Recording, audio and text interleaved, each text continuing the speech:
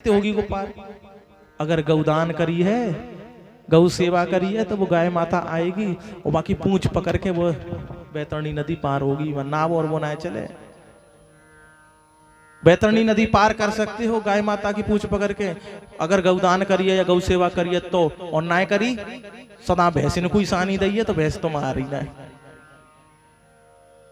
और बहुतों को मैंने सुना, हमें तो गैया को दूध अच्छा लगे, भैंस को अच्छा लगे, भैंस को। वाह, अंतर सुन लो, भैंस के और गाय के दूध में क्या अंतर है। जो गाय का दूध पीता है ना, उसकी बुद्धि इतनी तेज होगी, इसका कोई जवाब नहीं है। उसकी तर्क शक्ति इतनी तेज होगी, मुखमंडल पर तेज भी होगा उसके, जो गाय का दूध पिएगा। और भैंस को दूध पिए, भैंस को तो गुड़िया लगे। गाय को बच्चा देखियो, जन्म लेने के बाद 1 घंटा बाद दौड़ लगाएगा इतनी कि तुम पकड़ नहीं सकते उसे, उसके पीछे नहीं दौड़ सकते। और भैंस को पड्डा 3 दिन आता पकड़ पकड़ कर दूध पियाना पड़ रहा। अरे जा खड़ो करो, अरे गिर गो। समझ रहे हो? देखा नहीं देखा तुमने? अरे कहूँ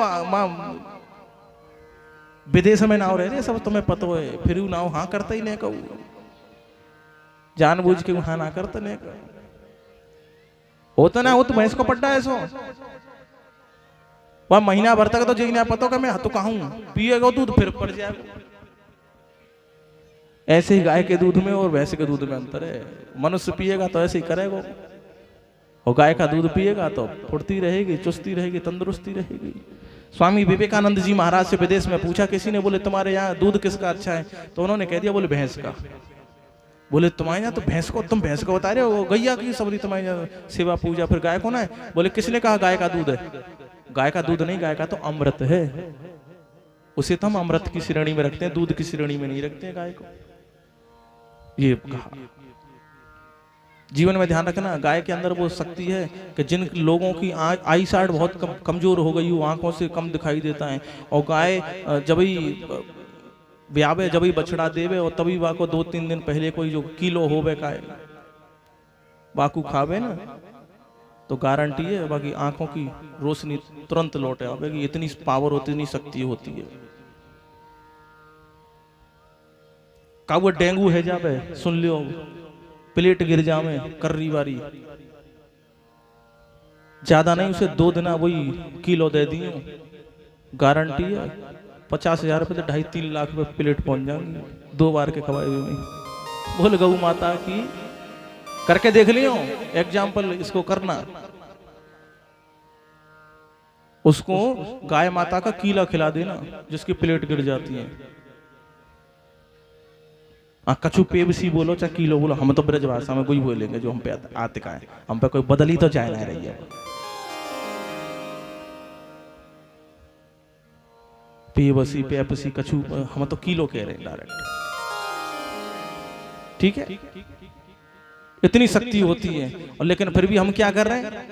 उस ऐसी परम अमृतमयी गाय की हम बेकदरी कर रहे हैं, जिसके अंदर 33 कोटि देवी देवता विराजमान हैं। उसको छोड़ देते हैं। ये नहीं सोचा, विचार नहीं किया कि वो कहाँ जाएगी। जब तक दूध दिया तो गौ माता की जय, गौ माता की जय, और दूध पी और छोड़ दे।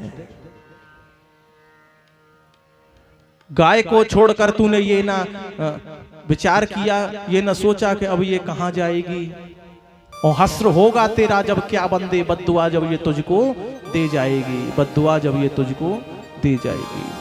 गाय को मानते हैं देवी और देवता, फिर तू क्यों ना माने इसे देवता? देवी देवताओं ने भी इसकी पूजा करी है, फिर तू क्यों इसे न माने देवता? पार होना होगा भव सागर से, अंत में काम तेरे यही आएगी। भव सागर से पार होगा तो यही आवेगी, यही की पूंछ पकड़ के पार होनो पड़ेगो। और सब कछु जाइए तो फिर जाके बेकदरी चौं करो, जा पैसे आशीर्वाद ले, जाको दुग्ध पान करो, जाकी सेवा करो।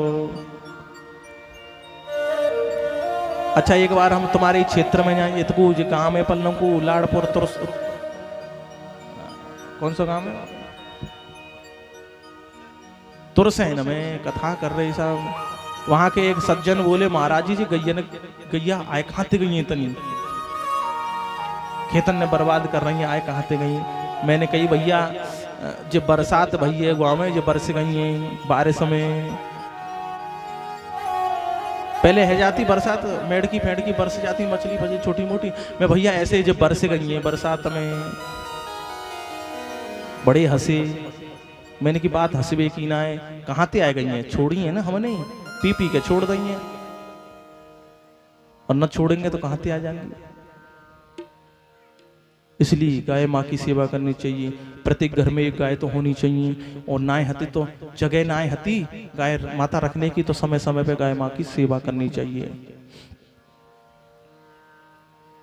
गौदान के माध्यम से, गौ सेवा के माध्यम से ऐसे कार्यों को हमें करते रहना चाहिए। अगर कष्टों से मुक्ति पानी है, कलेशों से मुक्ति पानी है, जीवन में तरक्की पानी है, जीवन में अपने बच्चों की तरक्की करानी है, तो गाय माता की सेवा तो बहुत जरूरी है।